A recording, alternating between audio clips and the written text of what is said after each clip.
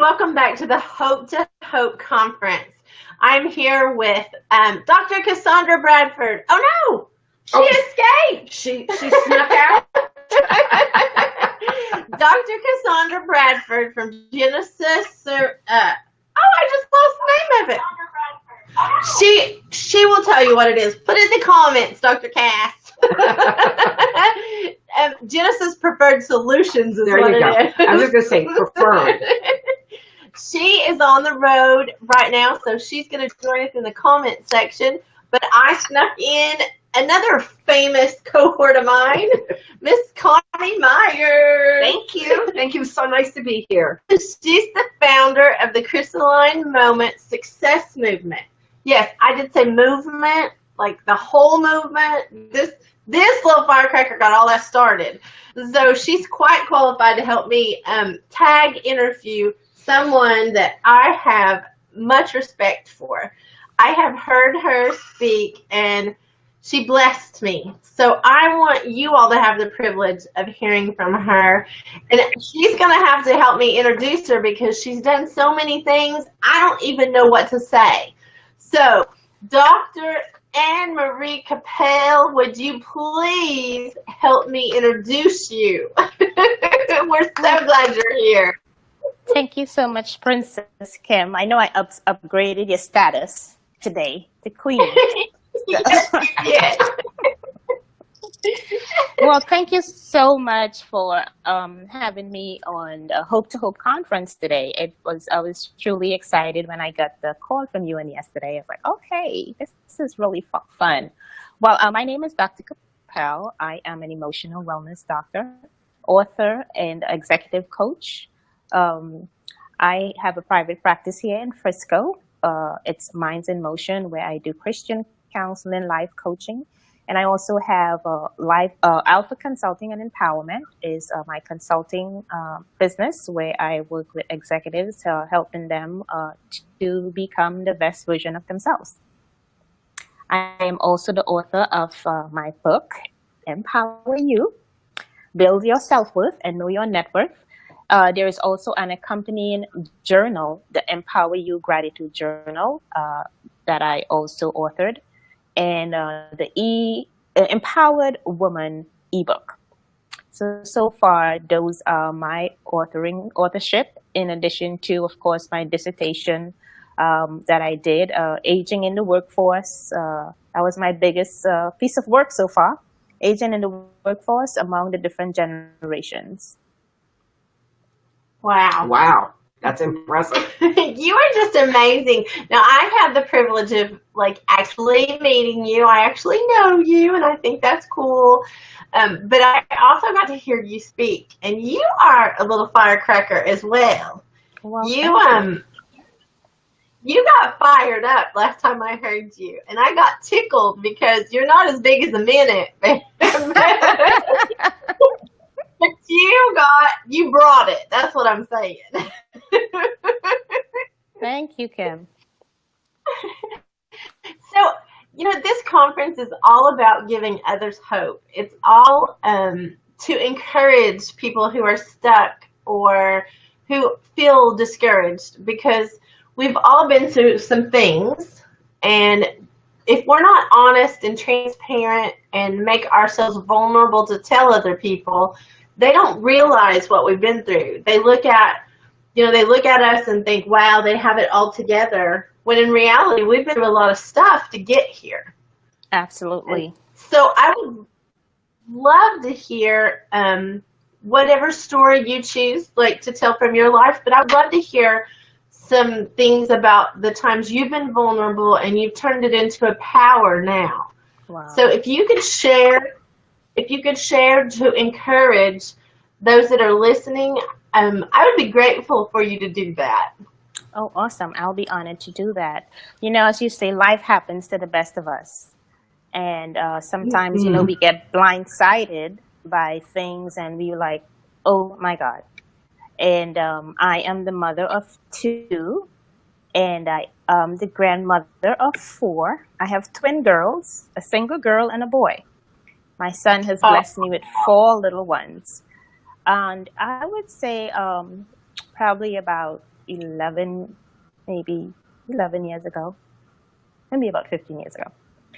My daughter was pretty young. She was maybe 3, 4, but I happened to find myself as a divorced single mother with 2 young children, a 7-year-old and almost 5-year-old. And I was like, oh my gosh, what am I going to do? I never lived alone. I mean, I got married from my parents' home. I went, into my marriage. So I didn't know what it was like to live alone. And here I was like so fearful, like, what am I going to do? How am I going to continue to give my kids the lifestyle that they're used to? So I guess I froze for a moment. But then my faith had to kick in. And I said, I know God promised he would never leave me nor forsake me. And I just locked myself in the word under my then Pastor Judy Brown's tutelage. And I just said, I'm going to have to do this. At the time, I only had a bachelor's degree. Actually, I was finishing my bachelor's degree. And I remember the last thing my ex-husband told me after he was like, well, we need to keep the family together. And I was like, no, I'm out. It was a situation of infidelity. I mean, I'm being vulnerable, so I'm telling it. And I said, no, I don't want to continue in this relationship. And the last thing he said, you would never make it without me. And for a moment, I actually believed it. I was like, oh my God, maybe I shouldn't do this. And then I thought about it, but then I was like, no, I'm going to persevere and I'm going to win. And long story short, I went, I finished my degree. I had a very strong family support system, good girlfriends that were there for me who would watch the kids so I can finish school. And then I went on and I got my master's in 20 months and graduated with honors. And about 4 years later, I was like, okay, I started coaching at I was, working in the Wall Street area. I was an assistant vice president there. And, it was very stressful. I mean, it paid well, but it was very stressful. And I felt it was time for me to recalibrate, make a change and make a shift. And so I decided to take that big step and apply to graduate school for my PhD. And then I got accepted and I was like, oh my God, what did I do? This is a monster. What am I going to do? But again, I said, no, I'm going to do this. And so I persevered and was able to complete that. I was able to purchase my first house on my own with the help of the Lord, no co-signers. And so I am saying that to say, like, a lot of times as women, we tend to cower and feel like if we don't have that male figure in our lives that we can't do it. And it's not so. We could persevere and we can accomplish anything that we put our minds to.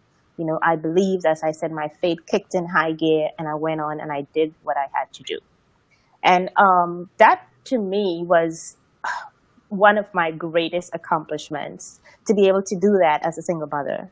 I've since been remarried, but it was a task. But I went ahead and with the help of the Lord, I was able to do it.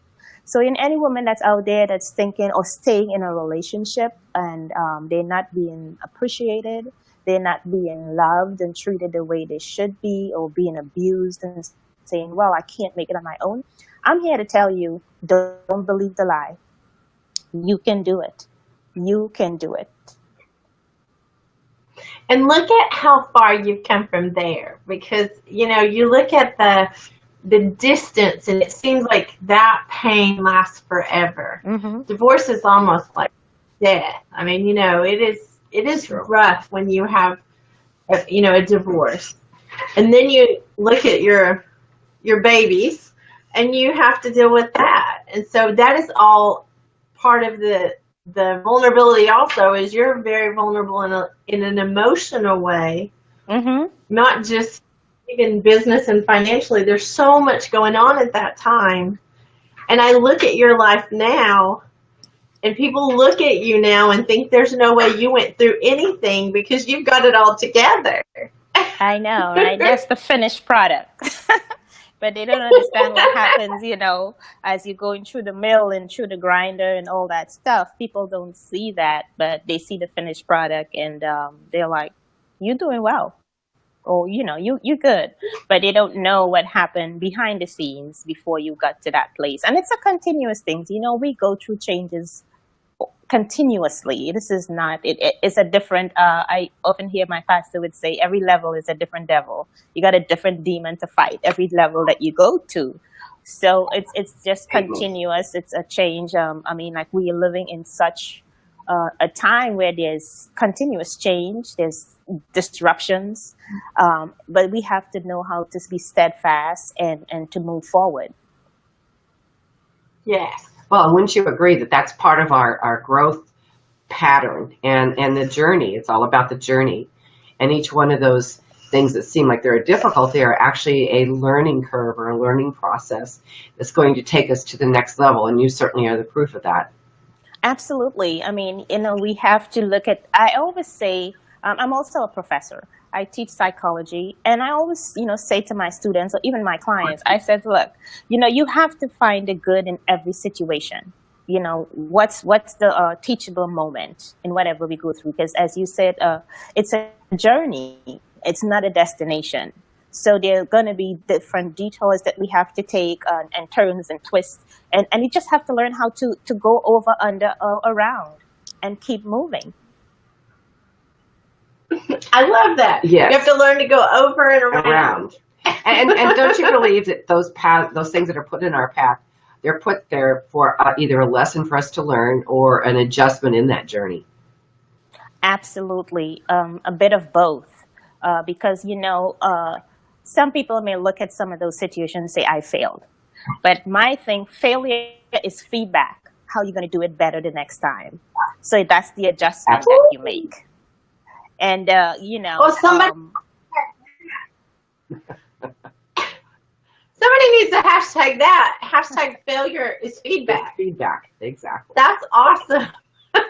yeah, because we become so fearful as we going along that journey, and we tend to withdraw and pull back, because then what happens, the brain goes into that fight or flight stage, right? The survival mode. What am I going to do? And that's okay. We were created to have that fight or flight, but not to be fearful to the point where it holds you up from moving forward. If you got to have that little fear factor. If you see a lion, you need to run. But if you going through a situation, whether it's a divorce or a financial situation or anything, a relationship, that fear should not be crippling. Because fear, some people know it as false evidence appearing real. My acronym for fear is face everything and rise, or forget everything and run. Mm-hmm. And you have to make the decision, which one would you do? I say face everything and rise, because that's what I did. I faced everything and I rose in spite of the fear, because it was there. I mean, you if you have a big venture, you're fearful, right? Because you're like, is this going to work? But I'm still going ahead. I'm forging ahead, right? Because if you don't have that little bit of fear, it builds the momentum to take you to the next level. So you've actually used fear as a power source instead of something to hold her back. Yeah, instead of something to hold you back, you went on and did it afraid. I love it when somebody says that. I'm scared to do something, but then you tell them, well, go ahead and do it afraid. Do it afraid. What is your best advice for somebody that feels like they're stuck because of their fear? I would say just move forward and do it afraid. As I say, it's false evidence appearing real. So when you actually get to where you need to be, for example, you're worrying about something, or a situation that you had to do. Maybe some people fearful. Let's say a simple thing about like an interview. They're scared, they're worried, they're fearful. They get to the interview went well. They're okay. Nothing really happened with that fear. It's just a natural thing that happens within us as we going through any type of situation. That stress is either a good stress, which is eustress, or the bad stress that causes that cortisol to start flowing in the body and cause you to be stressed. What you really want to have happening is some happy hormones flowing, right? Some endorphins in the body. So that helps to balance out some of that fear. So, you want to think happy thoughts and be around happy people and avoid being in negative environments, because, we have all those dream killers around us and the green monsters and the border bullies. Like, what you gonna do? What? You're too old for that. Oh, there's so many excuses, and I call that excusitis. Because you have bursitis and arthritis. I call it excusitis. I'm too old. I'm too thin. I'm too fat. I'm too scared. I'm too broke. I mean, all the things that we make excuses not to move forward, and then we stay stuck for a long time. So I said, you have to just defy the odds and move forward. Move forward. Do it afraid. I love it. You are just something else. I will say you encourage me every time I'm around you because, that's the thing that I see is you don't make any excuses and you don't take any excuses. No, you have to keep moving forward. I have a card that I wrote, like I normally give it out when I speak, and it says the 10 traits of highly successful people, and they embrace failure because if you don't fail, how would you succeed? You need to fail sometimes. I said, successful people, they are relentless, so they never quit. You got to have some grit and some determination and some perseverance. They think big, So I always say if your vision is too small, you don't need someone to help you bring it to pass. It's too small. You got to dream bigger than that. It got to scare you. If it's not scaring you, then it's not big enough. Successful people are decisive. Because when you become so indecisive, you got to pray about it, and that's okay. You got to talk to John. You got to talk to Judy. You got to call your mom. And by the time you do all that, you missed an opportunity. And so successful people are not indecisive. They're very decisive. They wake up early. They have a plan. They have a blueprint for where they want to go. They just don't do things. And I know, Kim, you are definitely one of those people. They're very resourceful. And they invest in themselves. A lot of times you're talking to people and it's like, oh, I've tried this, I've tried that, it didn't work. Do you have a coach? Because I have coaches. We all need coaches. We all need someone to keep us accountable. And, we would invest in our hair. No, that's fine. I love my hair. I have a new look now. You see, I became vulnerable. I have a little color in here now. Cut it all down. And it was a big step for me because I'm a safe girl, black. That's it. But I decided to make a little shift. But, we have to invest in ourselves. I have coaches. I often tell people, I can't afford it. Well, if Nordstrom have a sale, can you afford it? You're going to be there, right? If there's a big screen TV on sale for Thanksgiving, the Black Friday, you'll find the money and you'll get it. You are your biggest asset. Are you investing in you? A lot of times we don't. I think you're just preaching it. I love it. Absolutely. Absolutely. And, you said something else that I want to touch on because this is something that bothers me. We have a lot of people in our life that we mentor and coach, and we try to give them new ideas of how to do what they're wanting to do. Not our ideas. Not the things we do. We don't want to make many us, but we want to help them think about things in a different way. Right. But one of the things I love about you, and I think this is true of every amazing coach, they have a coach. If you've come to the point where you are uncoachable, you really should not be coaching anyone. Absolutely. Because if you've come to that place, then you're not teachable, and you project that. You will teach someone to be unteachable by you being unteachable. And I think Absolutely. It's really important what you said about the fact that you have coaches. You're an amazing coach. Like, you have done some incredible things. And, we have to practice what we preach, though. We can't say one thing and do another. And so I have considered myself to be a continuous learner. I always want to be relevant. What's new, what's cutting edge, so that you can bring some new things to your clients. So we have to be coachable. I always say this. If you are the smartest person in your circle, it's dysfunctional. because everybody is pulling from you. Who are you pulling from? Right? Who is speaking Yeah, into your life? You speaking into everyone yeah, and you giving off all of that. Who's pouring back into you? And for me, a coach would do that. I mean, other than my spiritual life, but the coach in different areas that I would need to speak back into my life to help me to go to the next level, so I can become the best version of myself. yes. Absolutely. I think that that is That's huge. yeah, that's a huge thing that we miss sometimes. We're more worried about what we look like than what we're learning. And I Hmm. think what you said about Nordstrom's versus investing in yourself, I think that's proof of that ideology. Well, yeah, some people spend more money going away for a weekend than they ever spend on themselves. Yeah. And Yes. so what you say is absolutely important. And I investing, well, go ahead. yes. No, I was just going to say I came across a quote from Jim Rohn, and he's one of those people whose work I truly admire. And he was saying, he says, poor people watch TV. Rich people have no, poor people have big TV sets. Rich people have big libraries because they readers are leaders. Yeah. And a lot of times we don't, we don't want to do that. We don't want to invest in ourselves. And, now this saying I'm a life coach to me is so commonplace now. But then you have to be careful, like who's coaching you? You want to be careful with Mhm. who's coaching because everybody is saying, I'm a life coach, I'm a life coach. Um, Yes. who's coaching them, right? So Yes. you want to make sure That's that a you're Yes. learning perfect from someone who's question. also learning from someone because we are all at different levels in our knowledge.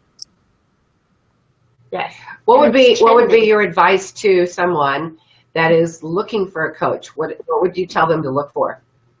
Well, one of the things you want to definitely look for is that there's a personality, there's some synergy, right? You want to make sure that you have good synergy with that person because if you don't, then it really doesn't work. Where's their mindset? Where's yours? Okay. You want to make sure that they have your best interest at heart, and you want to make sure that they're Mhm. holding you accountable. If you show up and you had assignments to do, or you just call and say, well, I can't make it, and they're like, okay, they're not pushing you hard enough, then is that the right person for you? Because that's what a coach do, Yes. right? The coach have you on the track and you got to go and you got to come on, let's go two more push-ups, two more rounds around or whatever you're doing. And if you're like, okay, then I'll see you the next time, and that's it, then are you really having this person's best interest at heart? So you want to make sure those things are in place.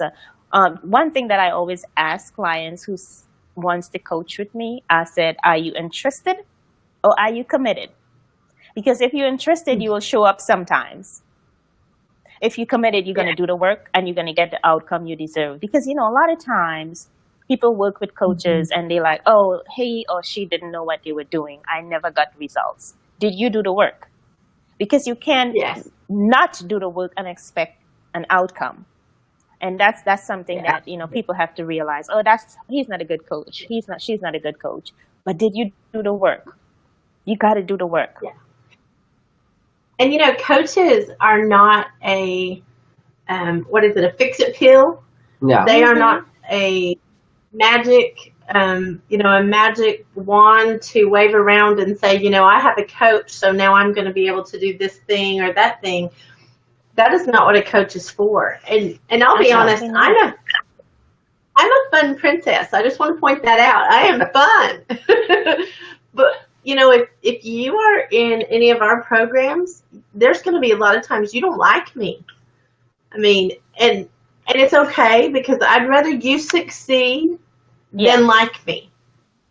Well, and I think another thing that's really important is that some people think that the coach is going to tell them what to do. And that's not a coach's job. It's not like a coach for a sports team. Mm-hmm.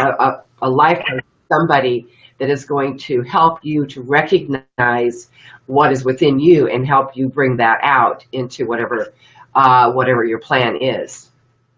Absolutely. I And mean, I think sometimes people confuse a coach and a counselor. Now, I function in both areas. A counselor pretty much would counsel you and take you through or pray you through wherever you want to go. With a coach, they diagnose the problem and they said, this is the solution. We're going to work towards it. And they will guide you through that. But they're not going to tell you this is how you do it. They will give you tools to work with. And then you can utilize these tools to get your outcome. Because at the end of the day, this is your outcome. It's not what I want for you, but it's your outcome. I don't know if you were watching earlier when Dr. Cassandra said something to me that was very profound. We're so excited about everybody that's on the Hope to Hope conference. We're excited about everybody that has come. But we were talking about one of the ones that we've invested in. She's a client of both of ours, and our eyes were lighting up because there were some things that she was going to do today that weren't planned, but then it turned out it was an amazing thing. And she coined us the midwives. And I got tickled because I thought, that's a good analogy. It is. It's an excellent analogy. It is, because you just guide, help the mother. Breathe, push, don't push yet. Breathe, take, so that's what you all do. That's what we do as coaches, right? We help you through. Okay, now don't hold on. You're not ready to go to that level yet. Hold on. You need to understand this. Yeah. Oh, I'm ready to start this business. No, we need to work on your mindset. You got to get your mindset right before you go into a business. You got to understand what it is all about. How you deal with people, how you deal with customer service, how you deal with yourself. Okay, so we have to, I am really big on emotional intelligence and making sure that they are emotionally intelligent. Are you managing your emotions as good as you're managing others? Do you have empathy? So you have to have all of these things as you deal with other people in that coaching arena. Self-awareness. Are you aware of your body language, your tonality when you're speaking? Do you come across a little bit too harsh or, because we may be saying one thing, but then our eyes or facial expression and our body language is saying something completely different. And being in a state of self-awareness, you want to be able to control those things because, remember, you're helping this client. And if you coming across saying one thing, but you're thinking something else and your body is actually showing it, then that's not a good thing. Yes. And, I think of the scripture where it talks about it's better to have a millstone tied around your neck and be thrown into the sea than to mislead a child, to teach them something wrong. And, I don't think a child has to be a certain age. I think when we're responsible for someone else to help them through some things, that doesn't mean child is a 5-year-old. It could be a 50-year-old. I'm 50 and I still have areas to work on that, that there are things about me that when I give myself to a coach to help me understand things, they're responsible in a much higher level than just a casual conversation. Yes. So I think on our side of things, it's a very high honor to coach someone, but it is also a huge responsibility.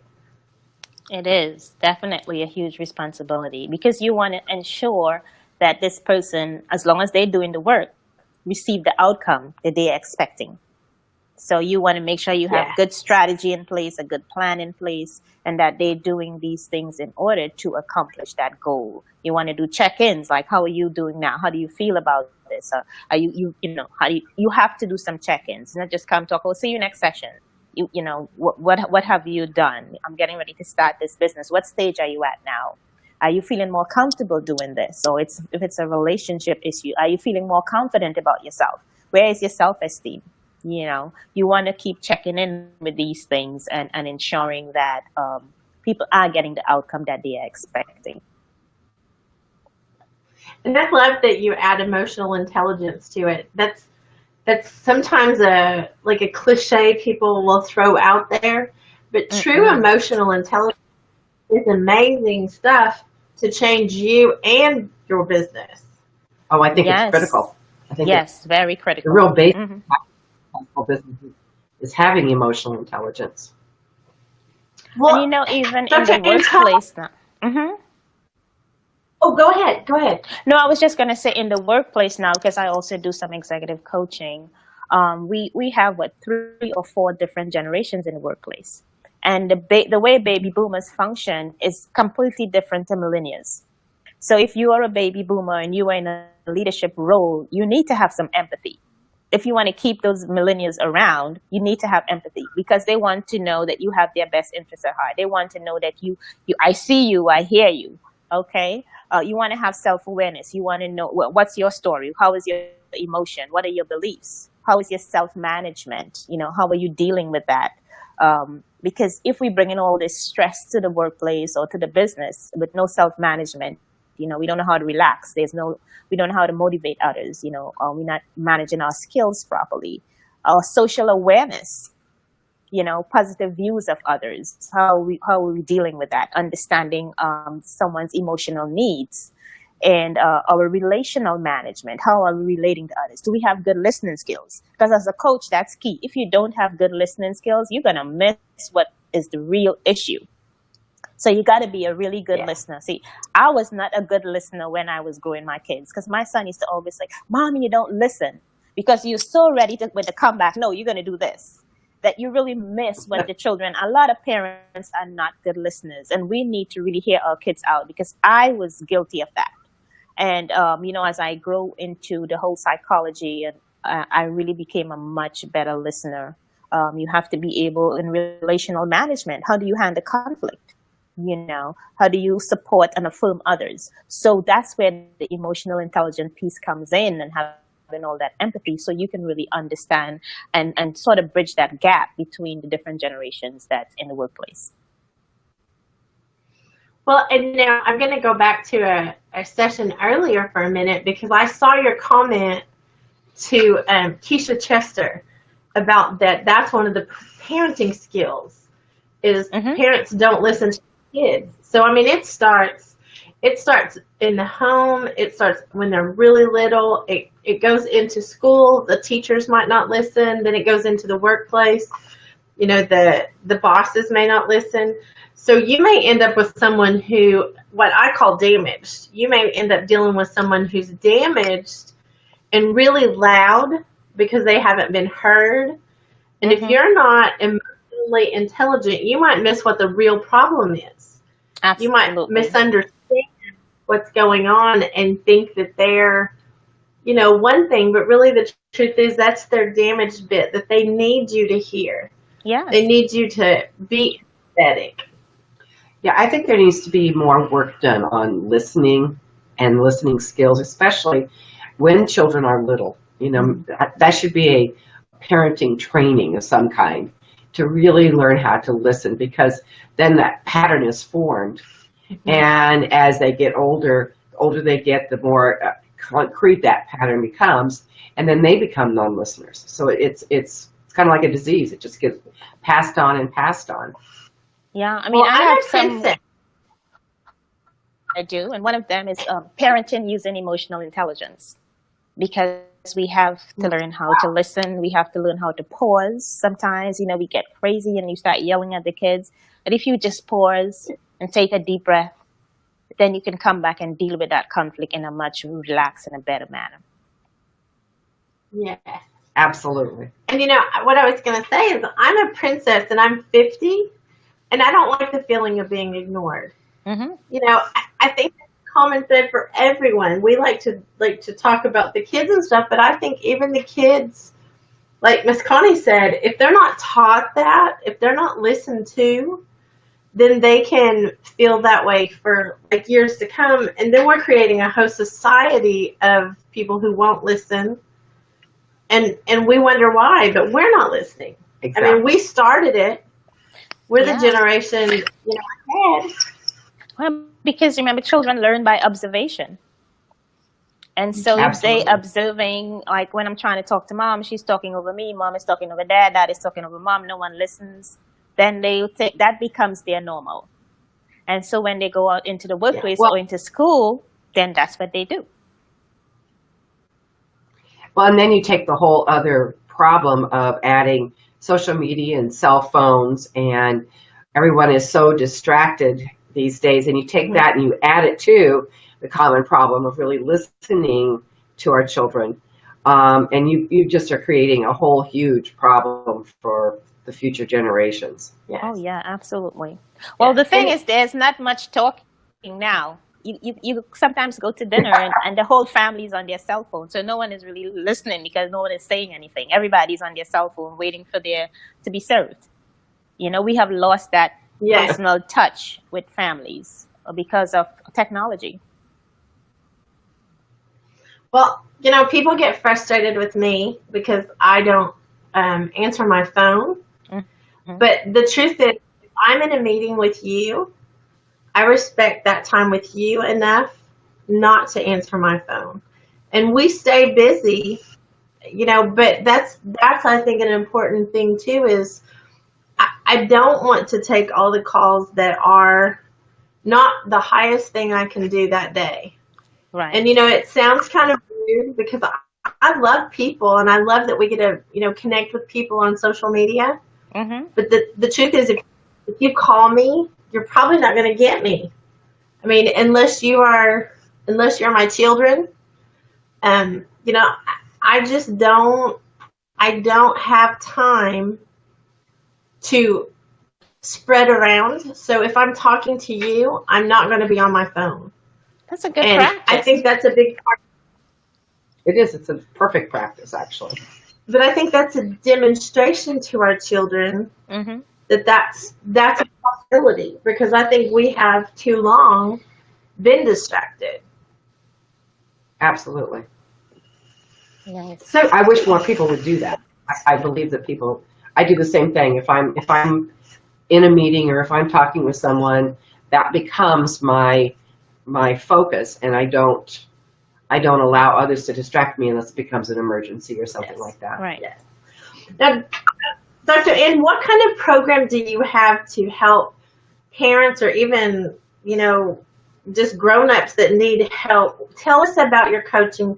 Tell us about what it is that you offer so that way we can, help the listeners understand how they can connect with you. Well, the thing is, it's like if you go to the doctor, every patient has a different diagnosis. So it's pretty much customized depending on your situation, whether is someone going through a divorce or have been divorced. So I do relationship, whether you're having problems with your marriage and you want to either come to some type of a common solution, or you've been through a divorce and you just want to recalibrate and start over. You lost, you stuck. Because, a divorce is like a debt.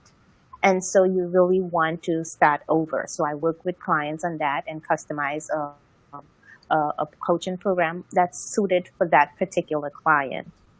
As far as parenting, that's also a whole nother customized program as to where they are with whether it's the children they have gotten to that place where they're just not listening to you because you're speaking two different languages. There was a guest on this morning and she was talking about at the different stages of our children's lives, we have to learn to manage them differently. Because some people have grown up kids and they're still mothering, and you should be guiding, right? So sometimes you just have to allow them to see where they are and put them on that right track as to what they need to do. One of my favorite things that I do is with women in business, because I love working with women. My book is Empower You, is mainly for women. Build your self-worth and know your net worth. And a lot of women have emotional self-esteem and self-confidence issues. They might be looking great on the outside, but from the neck up, there's issues with the mind and self-esteem and self-confidence. I mean, I have clients who don't even like looking in the mirror. I mean, and they're beautiful, but they just don't believe in themselves. They don't feel good about themselves. So that's another area that I work with. I have a lot of that because sometimes as women, we are in business. But then if we don't have good self-confidence or we don't value our worth, you find with your costs, you just haggle prices because you don't feel good enough and people will not pay me. So what can you pay? And I always compare that to a man. If a man's fee for a program is $2,500, it's $2,500. And if it's a woman and they're like, well, I can't afford that. Well, what can you pay? We kind of, and yes, there's times you can make those, adjustments. But sometimes when you just don't feel good about yourself, so maybe I'm not good enough, I'm not worthy. Maybe someone is not going to pay me for that. So helping them to feel valued and know their worth. And that's what my book is about, knowing your worth. Because a lot of times when you don't know your worth, you just don't know how to charge for your service. And, as I say, people pay for value. They don't pay for time. And they pay for your value. Well, how can you help me? That's what they're paying for. How can you give me a solution to this problem? But when you discount you, like that's one of my things that I talk about is when you discount you and charge too little for something, you're just telling the world you don't think it's valuable. Absolutely. You are creating the problem actually because you're creating the questionable, the question of the value of it. And if I tell you I want $2,000 for a class, the truth is the class probably should cost $10,000. Right. That's the way that we do things as women. I agree. I think that's definitely a female trait is that that we want. And you have, it's not across the board, but there's a lot of women who feel that way. And then it goes way back to childhood. So as you say, a client coming in, I start from tell me about your childhood, because that's where most of the problems originated, and they're still there. Who spoke negatively into your life? Who told you that you were not good enough? Who told you that you couldn't do it? You were not college material. You're not good enough. And so those things are sitting in the subconscious. And then when those triggers come up for you, we'll leave the person say, well, I can't pay. Well, maybe I'm not good enough. Maybe my program is not good enough. So, well, what can you pay? And you shrink back as opposed to standing strong and square shouldered and say, well, I'm sorry, maybe, that you're not the right client for me right now. So it all starts with the childhood. And if you never make that shift in the mindset and in the subconscious and start clearing some of those out, then you'll never be able to value yourself or your worth. You can't fit other things in there if you don't get that stuff out. Yeah, you gotta clean. It's from you gotta do an inside job first. Exactly. No, I'm going to say it really slowly because I want to make sure everybody's getting it, and I'm hoping that they're hashtagging it. Empower you, and then you say another line after that. Tell me slowly what you're saying. Empower you, the letter U, build your self-worth, and know your net worth. Okay. I have seen it. I mean, I think I have that book already. So, I mean, I know what it says, but I just want to make sure everybody's getting that, how important that is about self-worth and net worth is tied together. Yes. Like that is a big part of success of any kind. Absolutely. If you do not tie those two together, I mean, you will always be striving and never achieving. Absolutely. So the first half of the book pretty much talks about, your mindset, your self-esteem, and giving you steps to help you with that, to become the best version of yourself. How do you build that? How do you have a success mindset? How you stop living life by default. If you get a cell phone and you have the default ringtone and you can decide to keep that, or you can say, no, I want to change it. And sometimes some people just keep that lifestyle that they have been given and they never want to make a shift or a change. So they continue to live life by default. And it's helping you to get, because I was in that place, right? I was like, okay, until I, had to wake up like, oh, no, I'll make it without you, So that's one of the things I spoke about in the book. And then the second half of the book is actually women and money. I talk about, a lot of times women are stay-at-home moms, which is no problem. It's great to raise their children, but they never get involved in the financial side of running the home.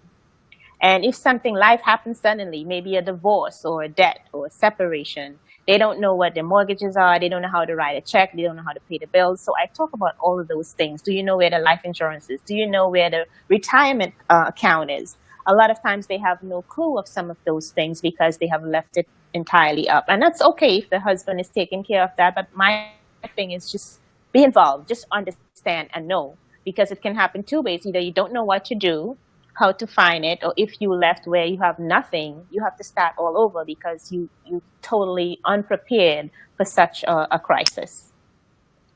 Yes.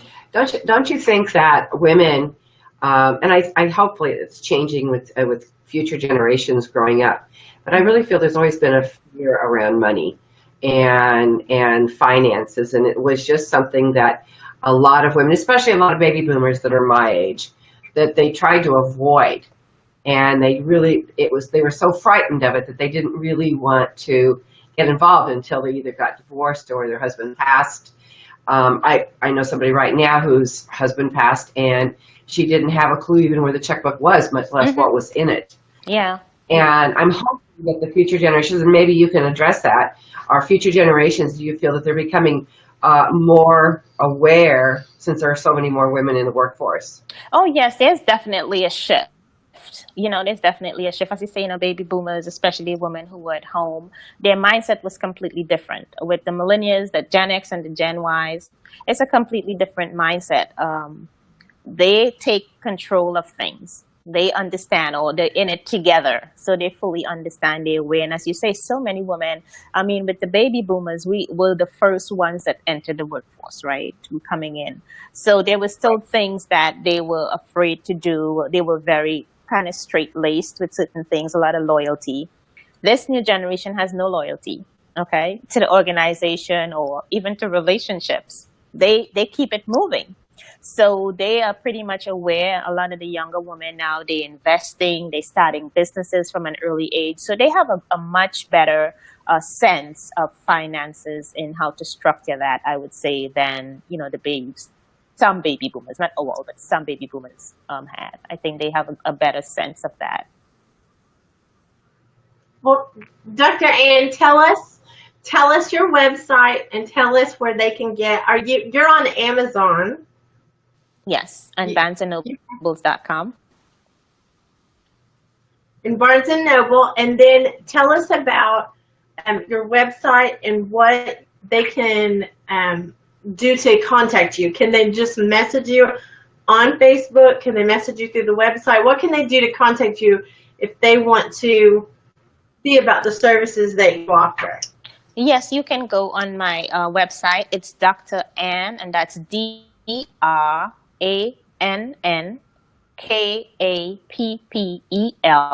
DrAnnKappel.com. And you can go on there and you can, leave a message. You can make an appointment, and I'll be able to get that. They can also message me on Dr. Ann Marie Kappel. I'll find it there on Facebook. But I would think the best place probably would be my website, DrAnnKappel.com. Okay. Well, I can't tell you thank you enough for being with us today. And I thank you for being vulnerable and sharing your story and giving all of us hope that we can get through whatever it is we're going through. You are a blessing. And it was really nice to meet you. Thank you. Same here. On Monday, I'm having a workshop. It's a free workshop. We are getting ready, myself and a partner. One of the things I heard Dr. Cassandra talk about today was collaboration. And so I've collaborated with another partner of mine, and she has a program teaching speakers how to, work the back of the room, how to get exposure, how to find speaking engagements. So we're going to be having some free workshops in the month of August, and we're actually going to be offering that program in September, a 3-day intensive coaching program teaching you how to become a good speaker and how to work the back of the room. So on Monday, it's going to be held at the Plano Library, 2501 Coit Road in Plano, from 6:30 to 8:30. It's a free conference. Workshop, so you can come and learn what's going to be in the actual rollout of the platform that we're going to be having in September. And that's exciting. Yes, I'm really excited about that. I think it's just going to be really awesome.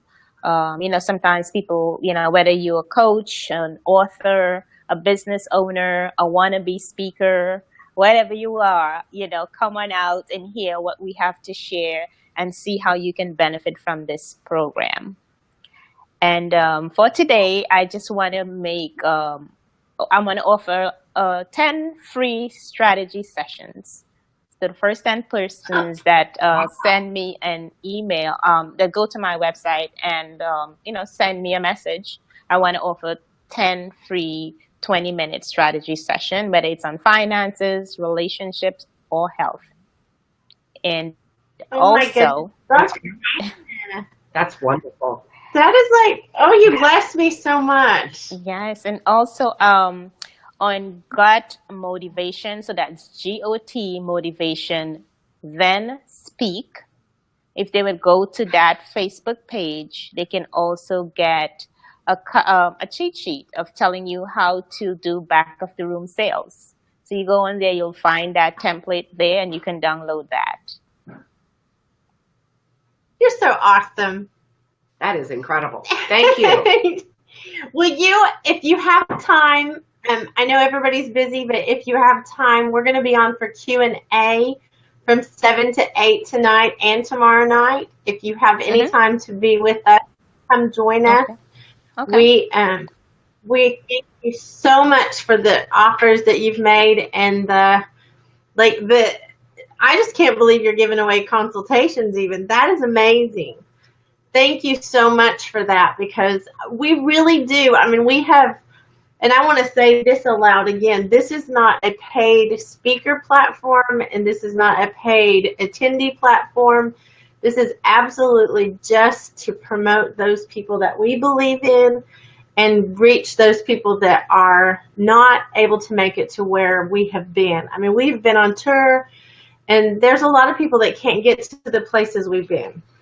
And so I just appreciate so much all the offers from the speakers who, they're givers. I think that's the thing about Dr. Ann. I thank you for being generous and for giving a great gift. Yeah. Thank you. Nice. Thank you so much for having me tonight. So welcome. You're so welcome. If you can come on anytime, please do, because we just appreciate you and what you're doing to change lives. Okay. But thank you. And this is great. It's a really great platform, to get exposure, and also to have, people can get information that can help them, that they probably would not otherwise get. So I think this is an awesome platform. Well, thank you, Dr. Ann. And everybody that's listening, I just want to encourage you again.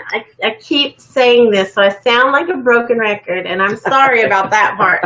But if you are not taking advantage of the access that you are getting to these amazing people and these amazing speakers, I'm going to go out again and say, you're crazy.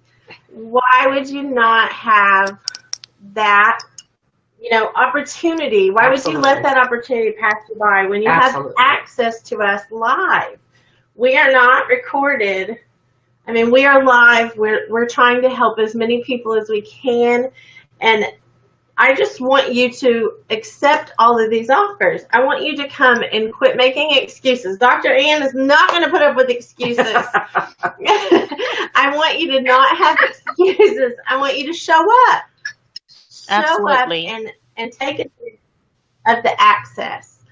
So I'm Kim White with the My Sexy Business team, and my cohort in crime is Connie Myers with the Crystalline Moment Success Movement. And Dr. Cassandra Bradford and Roz Knight and Warfield are out there on the road. They're out in the streets. They're out in the streets traveling. So hopefully they got to hear all of this. But we thank you all. We'll be back at 7 for the next session. And we just can't wait. We can't wait to see what else these speakers do to surprise this princess. Thank you all for attending. Thank you. Bye. Bye.